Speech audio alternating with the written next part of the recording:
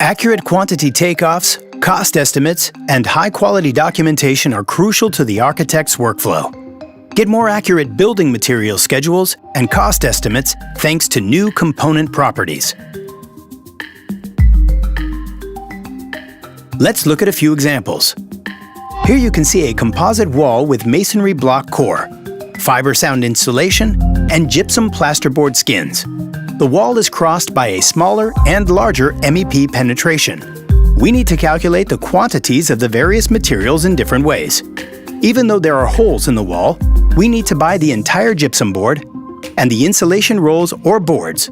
Therefore, we need the gross area for both materials.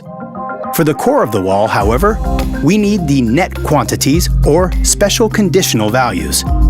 How does this work in practice? Open the new Enhanced Calculation Rules dialog under Project Preferences and set up component level conditional rules beyond the element level rules. Use Building Material Classification to control what components the rules should be applied to. In this example, the concrete block, structural building material, which is the core of the composite, is classified as concrete masonry.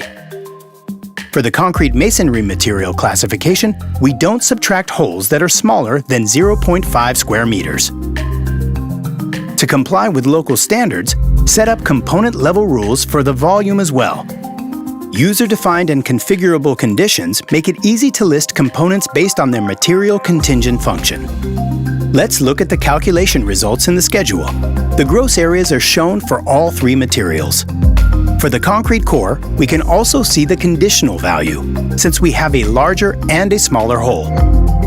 For the net area, both holes have been subtracted, but in the case of the conditional value, only the bigger one was, because the other one is smaller than the size that was set up in the project calculation rules to be ignored.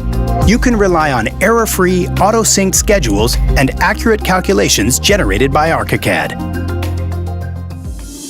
To learn more about Archicad, visit graphisoft.com.